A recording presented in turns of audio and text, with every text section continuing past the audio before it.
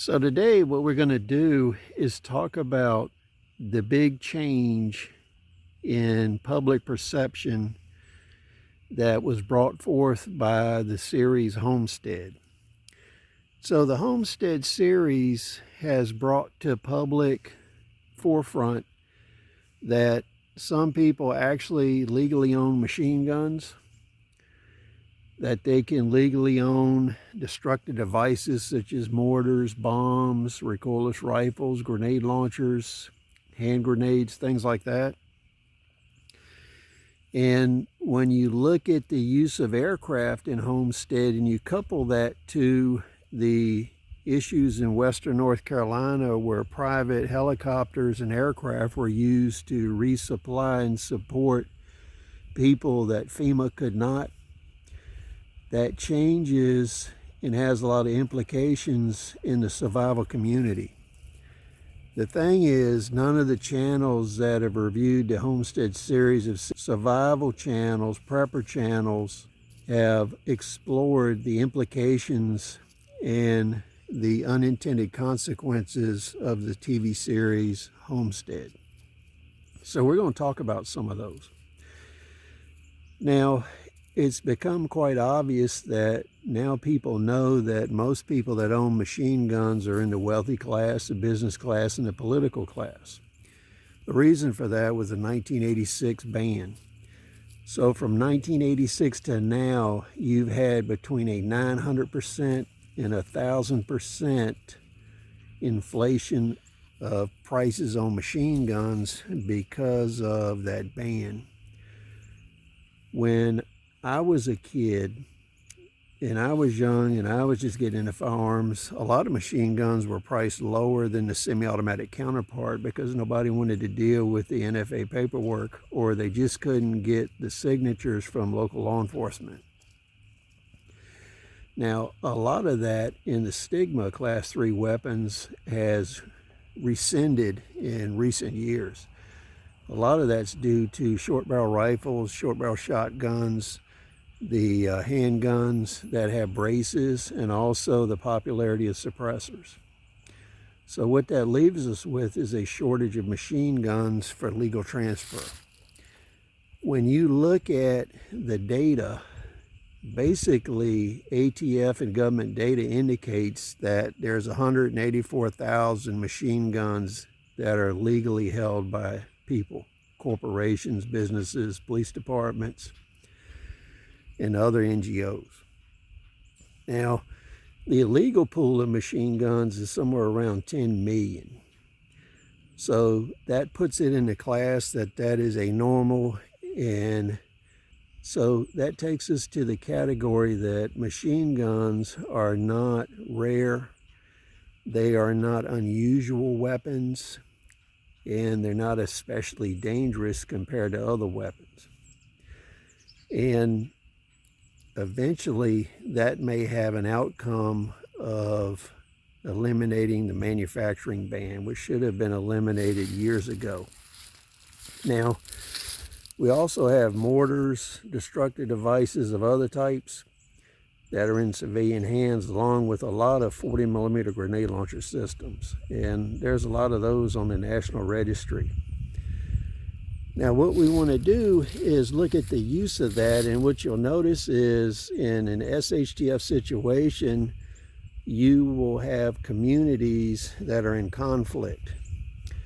And those communities will use legally acquired official devices and independently owned devices. So when you look at Homestead, basically Homestead is a small town. And then you had a neighboring town, which is much larger, that had legally procured Class 3 weapons.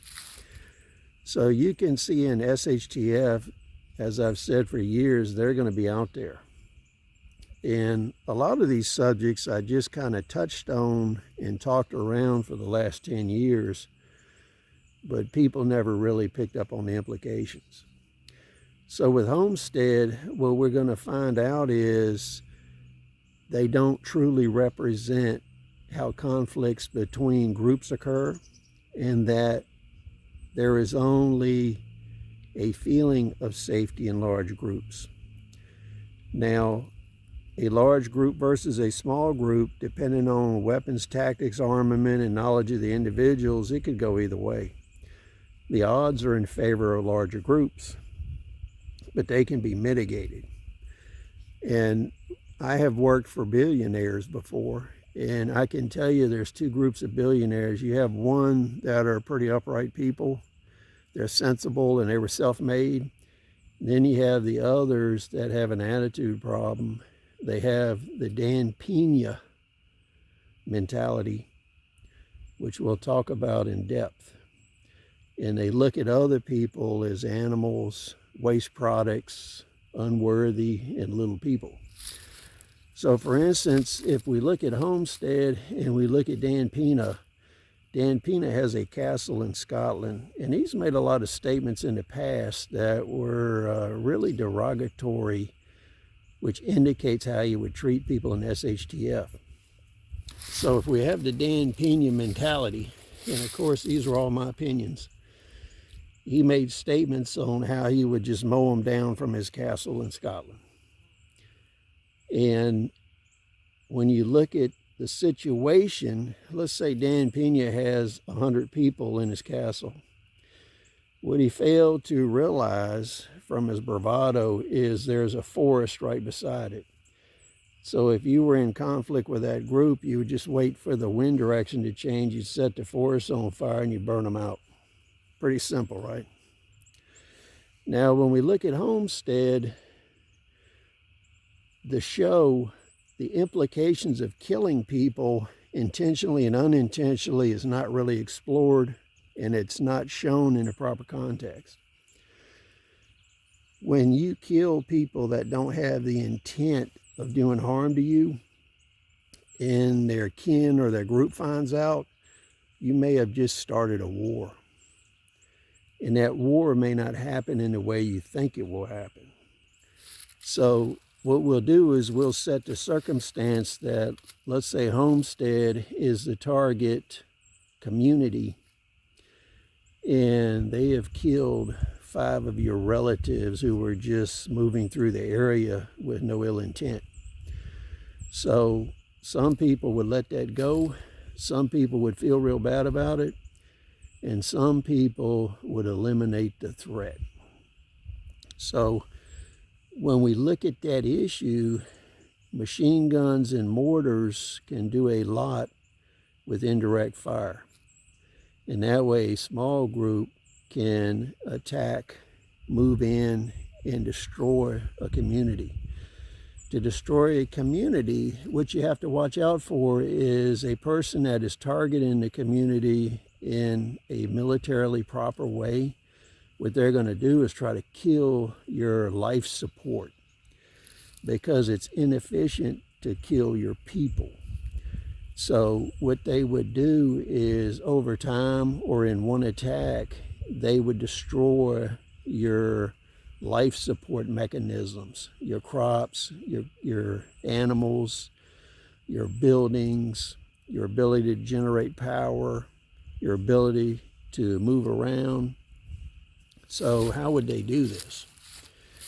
All we really have to do is look at Syria, and we see the implications. If we look at the Syrian hell cannon, and then we use the statistics from the Japanese heavy bombardment rocket in World War II, that was an 18-inch rocket, and it had roughly a 300-pound bursting charge in it.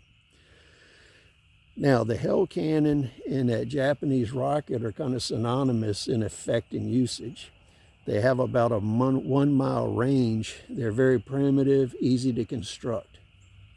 Now, from a homestead bombardment standpoint or a community attack standpoint, and what you will have to defend against is, you could send 2 people down to the local automotive shop. They can take an 8-inch piece of pipe, and you build a hell mortar or a hell cannon based on a giant version of a rifle grenade.